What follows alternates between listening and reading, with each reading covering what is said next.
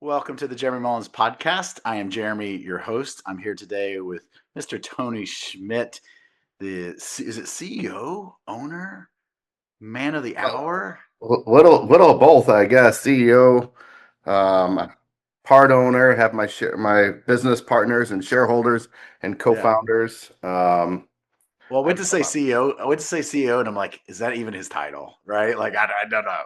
But Mr. Tony Schmidt from Green Up Wealth, one of our partners here on the podcast, and welcome back, brother. Jeremy, great to be back, and we are rolling into 26, my friend. Yeah. I know we have my to-do list every day, has 8 things on it. Or not my to-do list, I'm sorry. My win list has 8 things on it that I focus on. And, one of those is financial, right? And Yeah, a lot of times I've gotten asked, and you probably get asked, too on this, like, why are you guys partners in wellness when you're in the financial space and I'm in the fitness space? We tell yeah, people all the time, like, hey, it's all in one, right? So this year, sure.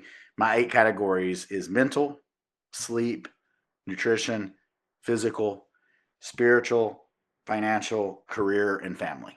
And Yeah, every single day, for me to win the day, I have to do at least one thing in these 8 categories, but sometimes there's specific ones that I have to do multiple, right? So we talked about this on our last time you were on together, doing 75 hard, your company, yeah, um, us here at the beginning of the year. Well, okay, mental, my 10 pages are on there and my progress photos are on there, right? So it means yeah. there's 2 things I have to do to complete 75 hard, and those tasks, but these are the 8 things that every day I focus on.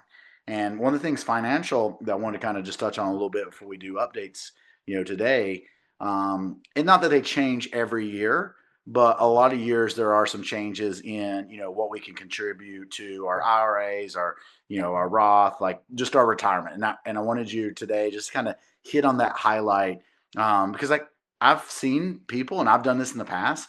You just miss it, and I was like, well, it was only $500 or it was only $1,000, but like if you miss it every time, that compounding interest is going to make Sure. a big difference. So what are some of those changes that we had this year? What adjusted? What do people need to look at and pay attention to?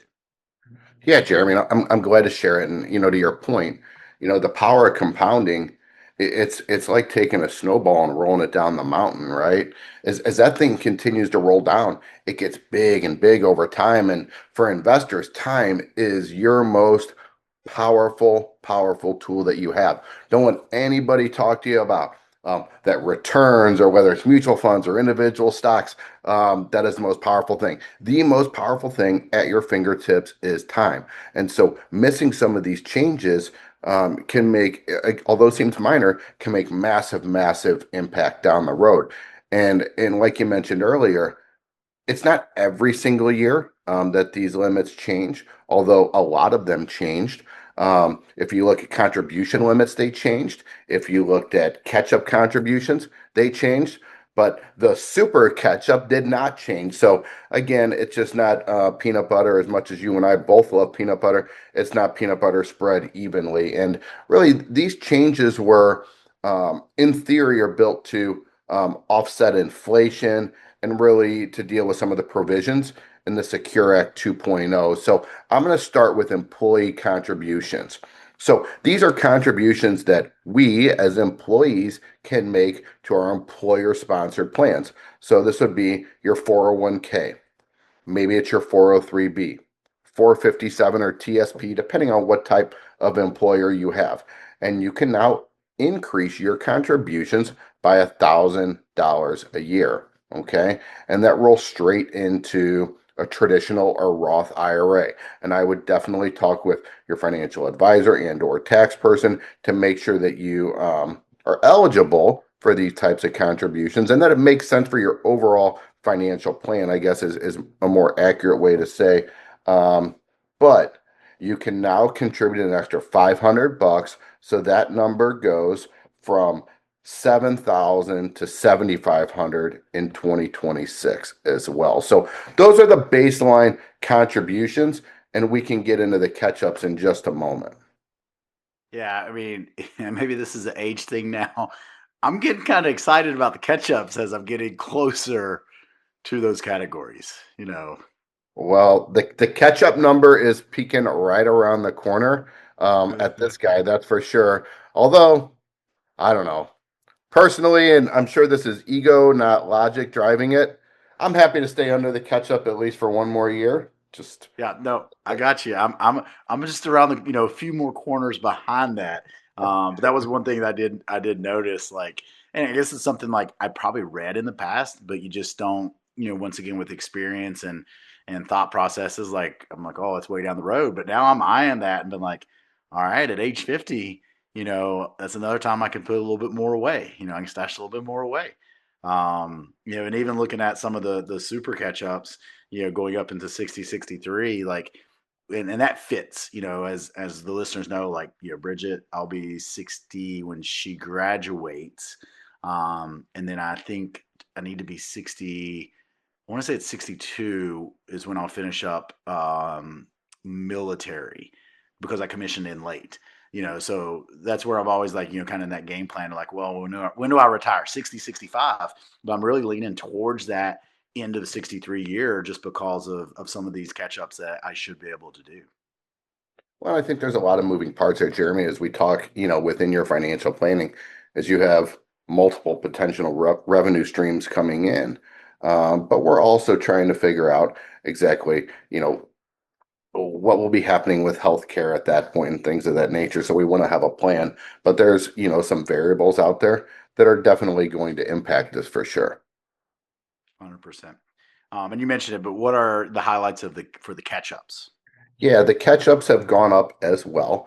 So for your traditional and Roth IRA, they are up to 1,100 bucks from 1,000. So you can put in, about 8,600 with that catch-up now. And then looking at your 401k, 403b, 457, and TSP, I think I caught them all in there. Yeah. Employer-sponsored plans. Um, you can put in 8,000 and that's up from 7,500. So, or excuse me, you can add 8,000 up from 7,500. So for a total of 32,500 with your catch up. So building that into your plan, building that into your budget. Again, being able to add that compounding is absolutely massive. And why is the government doing this? Because we're a nation ultimately that's behind on retirement savings. So opening those doors is something that as a nation we need. Yeah. And I forget what it was. I was seeing, and once again, I don't know the validity behind it because it was a social media link and I didn't click on it. But it just talked about like some of the average retirements for ages, and it was lower than what I expected. Mhm. So good or bad. I mean, it might be good to you as a listener to see that you're a little further along than what you think. But then, like you said, Tony, like maybe bad for the U.S. in general that we're behind. But nor here nor there. But I wanted to touch on that. Especially when you're on, I always want to bring and educate a little bit on financial and just for the simple reminder to the listener, like, yes, a lot of the stuff that I do is more exercise and nutrition based, Yeah. but like financial wellness is important. And we talked about with I think it was our very first podcast of this season. Doing that vision board. You know, I think you have to have both to truly enjoy quote retirement, right? You got to have your health and you got to have financial freedom, and that's when you can really enjoy that time period of your life. Well, and Jeremy, you mentioned it. You can compare yourself to your neighbor, your brother, your sister, your colleague at work. But you know what they say, comparison's a thief of joy, right? And I think there's some areas in life where comparison can be helpful. But and I just listened to a great podcast with Ed Milet, where he addressed comparison as well. And if people enjoy Ed, it was a great listen. But everyone's financial picture is different. One person might need one person might have $10 million, the other person might have $5 million, the other person might have $1 million, person might have $700,000. Which one is in the best shape? It all depends because it depends on your expenses, depends on your other revenue sources and income sources coming in today and in retirement. It depends on a multitude of factors. So, there's the adage I just mentioned, comparison's a thief of joy. However, in financial planning and wealth management, comparison can be just detrimental and flat out wrong and crippling because someone else's situation doesn't matter how much you have. It's all relative to your spending and your debt and things of that nature. So that's why it is crucial to work with a financial planner. We at GreenUp, I believe, have 7 certified financial planners on staff, 2 charter financial analysts, and financial planning is the foundation of everything we do. So I do recommend all the listeners on Team Alpha and all the listeners of the Jeremy Mullins podcast find a financial planner first. It's just like the nutrition journey, right? You're not going to just start this nutrition journey without working with someone like Jeremy on having a plan as your foundation first. I love it.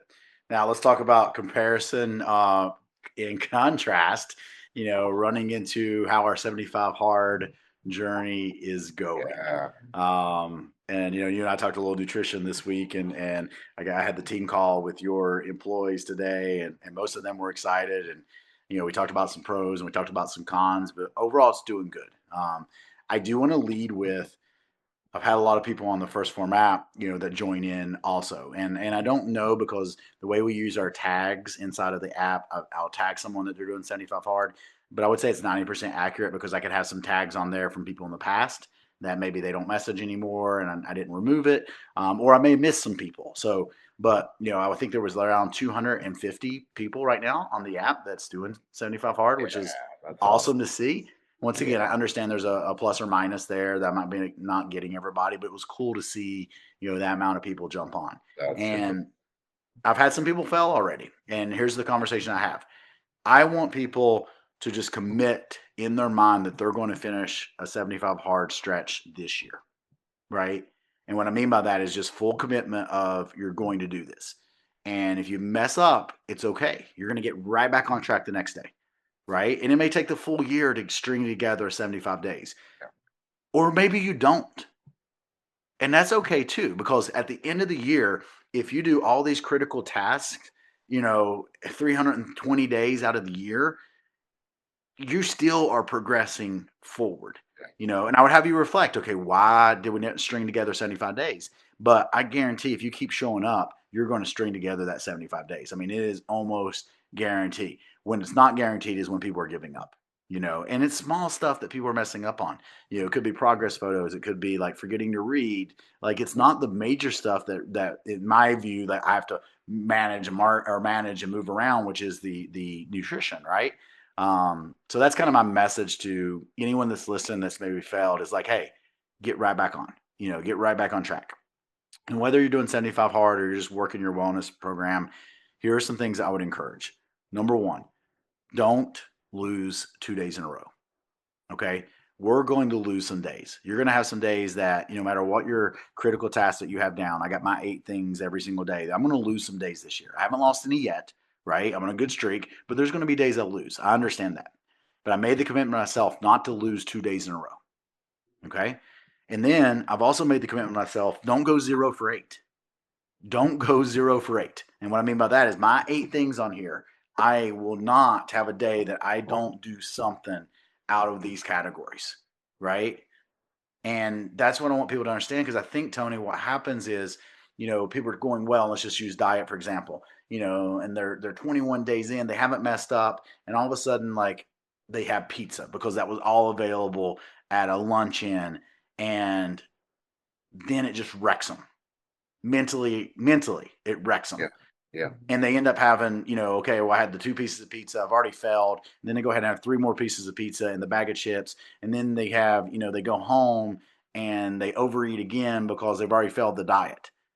Versus if you just had the 2 pieces of pizza, you probably still landed a decent amount of calories for the day, yeah, yeah, right? So instead of having this mindset of like, all right, it's either all or nothing, hey, 80% good is still better than 0%. And so on the days you do lose, don't go 0 for 8, right? Or 0 for 8 is just my thing, but you get what I'm saying, right? Don't go 0 for 8 and don't miss 2 days in a row. yeah. Simple as that. Well, I think, as we've talked about before, it's progress, not perfection, right? None of us are a finished project, or a finished product. No one on the planet is a finished product. That's not how our maker made us. But, and we have to be willing to give ourselves grace. And is it a failure? If you fail 75 hard, you miss one of the critical tasks in a given day, is that failure? I'm going to say mm, maybe. Is it It's a failure? failure of that program, but that's it, Yeah, right? but it's not even a failure of the program if you do what you said. Get back on the horse, right? Draw a line in the sand and say, hey, I know what my mistake was. Here's what I'm going to do. Put a system in place to fix it. And then you're ready to rock from there. And Yep. so I think, and that just goes for the bigger picture of life of, I tell my kids on a regular basis, every time I get on a plane, which is more often than I'd like, I send them a text because who knows whether that plane's landing or not. I pray that it does. But I send them a text message and let them know that I'm thinking of them. And within that text, every single time, it's, um, you know, go out and fail today. Go out and fail, but get back up. It's um, be the best person you can be. Take the difficult path in life because it's always the right one. And I want them to be willing to go into a stretch zone, but get up, dust yourself off, and keep on going. I think 75 hard pulls that in great focus for sure. 100%. And that's where we grow at, right? We grow when we're uncomfortable. So for me right now, I've adjusted my progress photos are easy. I do a shot of megawatt every morning. It's my go-to, Mhm. get up and roll caffeine. So what I've done is like in my mind, I have to take my progress photo before I grab the megawatt. So like that's been pretty Good easy. call. No problem. Get up and do it. Tying those habits together, right? That's from James Yeah, Clear, right? Is tying those together. because a lot of people say, well, why not when you brush your teeth or why not when you go to the Yeah, bathroom like that? yeah, Because I travel and that may change up that routine in the yeah, morning yeah, for me. So, that's going easy. The reading, I didn't really set it. I'm like, oh, I'll get it in. And there were some nights that I'm reading right before bed.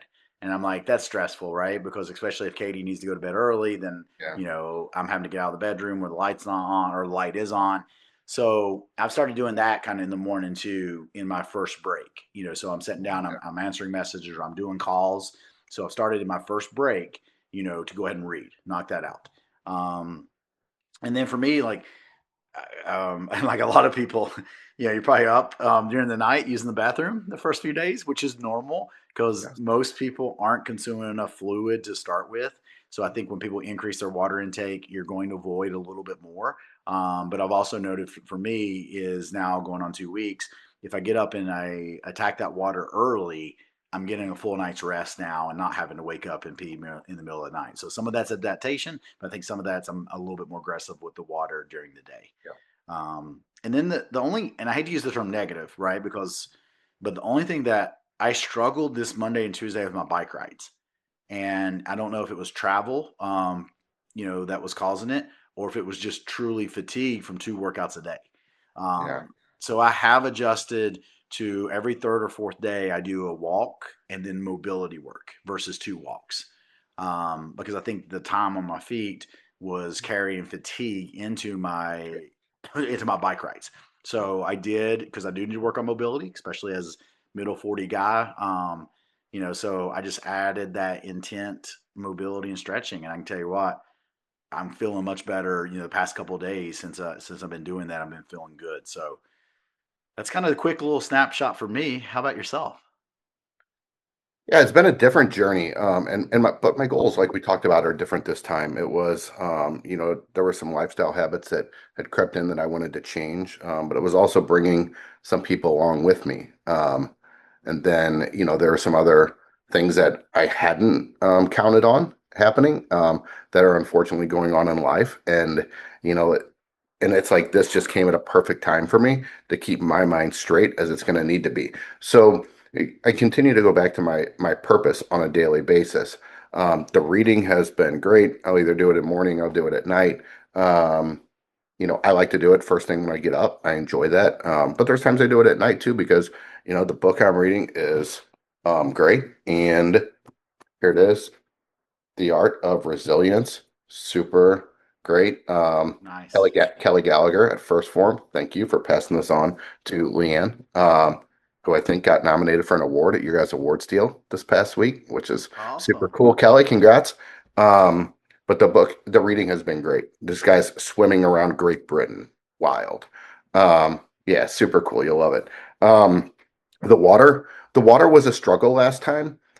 This time by 1 o'clock, I'm at 75 ounces. By about 3 o'clock, I'm at 100 ounces.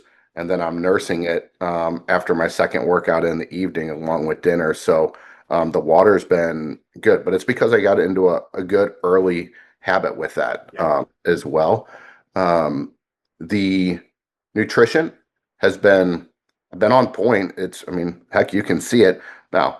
Am I seeing the results in the weight that I want? No, and that is what that was the driver of a text to you yesterday. Like, Yeah. hey, is all this right? I should be losing weight, and we're working on that. But the workouts have been a challenge, and been really a challenge of say me versus me versus vanity, me versus reality, and a punishment for what was the year of 2025. I'd say, I got on the bench for chest on the first time, and I'm like, this isn't moving, this isn't good. Drop some weight off, this isn't good. And so, when you're off 40 pounds off what you were repping on bench, there's a bit of humility that comes with it and just the endurance on the muscle and just the overall muscle memory. Um, and then just kind of, I think, enjoying it again. When you come in and you're terrible at it, you're like, oh, this sucks. Well, that goes back to what you were saying earlier. We can't compare to Yep. others or even Yeah. our past, right? Yeah. So you can't go out and run, Yeah. a 3 mile run and look at it and be like, man, I'm 4 minutes per mile slower than I was at my peak. Like you can't Yeah. do that, or you're just going to beat yourself down. Or same thing with the weights. Yeah. But it's like I said, just being like, okay, this is where I'm at, and I need to progress from here. Yeah. That thought process, as simple as it sounds, needs to be there. And you can say that's in the financial world because you mentioned this earlier. Time is your biggest asset. Yeah. But it doesn't mean just because you're a little bit older and you're just now getting started in your financial journey, you can't look Yeah. at it and be like, well, I'm late to the game, so I'm 100%. not going to worry about it. 100%. No, that's exactly right. And I keep reminding myself, hey, listen, okay, you're 10, now 11 days in. Well, tonight when I finish everything, I'll be 11 days in. Uh, but at the end of the day, like it's gonna take time. And if I look at the outdoor workout side of things, I've been doing rucks in the morning with the 20-pound vest. However, on Sunday, I start to add in running, and I'm going to do some interval running before I go into a little bit longer runs. But I wanted to have a couple weeks built up before I started running and was certain to injure myself. So that is, I have a plan, but I'm also, whether I like where I'm at or not, I'm being patient, I'm being disciplined, and I'm trusting in the process that it's going to get me where I need to go, even though I don't necessarily like it. Yeah. That's been the Well, biggest that's been the biggest challenge. and I want to touch on just a little bit of education, what you mentioned. Your numbers have been point on. We haven't seen, a big jump in the scale, lowering the scale, not a jump in the scale, but we just haven't seen it. This is very common, especially in new wellness programs as we're getting back into it, right? So not only 75 hard, but just getting back into it Yeah. from former athletes slash former people who have trained before. Okay, because what happens is, like you mentioned, okay, 2025 not a good year physically for Tony, right? Like we can put that out there, Facts. so yeah. But you come from an athletic background. You come from, hey, I did some fitness stuff in the past couple of years as an adult. So you're able to handle the 2 workouts a day, right? Yep. But remember, a couple of workouts a day. I talked about this early, me struggling a little bit early this week in my mountain biking, like power output wasn't there. Heart rate was higher than it should be for, the effort. Like that was fatigue that I was pulling into those bike rides, Yeah. right? So what happens is a lot of times we are inflamed. We have inflammation in our muscle cells from these workouts. And when you're doing 2 workouts a day, not doing a full recovery, that's Mhm. where you could carry that inflammation a little bit longer than what you Yeah. should. Now, the great thing about it is we as humans learn to adapt. Mhm. We learn to adapt, and our body will adapt. Right. So for you, we didn't make any changes because I think what we'll see is this week or next week you'll see a good drop in the scale, your inflammation will lower in general because the body be like, well, he's going to keep walking every day. He's going to keep doing rucking every day. Yeah. Or in my case, I just decreased that walking a little bit, added in the mobility, which, once again, benefits me, but also took a little bit of time off my feet a couple times a week. And hopefully, as I get back into my structured bike riding tomorrow and the next day, I'll see that performance, come back up. Well, the nice part is the soreness is gone. And so when the soreness is gone, I think, you feel a little more confident as you're doing things as well. Having gone through this process before, um, understanding the macros and giving it time and understanding inflammation and things of that nature. And as for a multitude of reasons, the sleep just isn't there. And I'm sure that's factoring in too. And so I think, for anyone listening, if you are um, one of Jeremy's Team Alpha members that are going through his coaching, make sure, I highly encourage you to reach out. It's going to help physically, it's going to help mentally. For those of you that might be listening that aren't, I would say download the First Form app, pull Jeremy as your trusted coach, and he can help you or any of the First Form coaches that you're working with as well, Monte or whomever. They're going to be able to help you through this. And it's just like having a financial planner or a wealth advisor, just having that extra voice, helping keep you disciplined to the plan is so crucial. It's funny you say that, like sleep, and that's why I like the power of journaling. Because every day now, like I was at 60. So the thing I document on sleep was I was at 63% recovery today, and I was at 7 hours and 51 minutes of sleep. So that's actually of sleep. So that's a great night. That wasn't time in bed. That was actually sleep. So wonderful sleep last night. I took my magnesium. I take my peptides at night. So those are the things I'm looking at sleep is like, I got to take my magnesium, my creatine, I got to take my peptides, and then I record, the next day, how much sleep and where it's at. But it's just cool, like looking back, because, yesterday, last night or night before was only 5 hours and 40 minutes.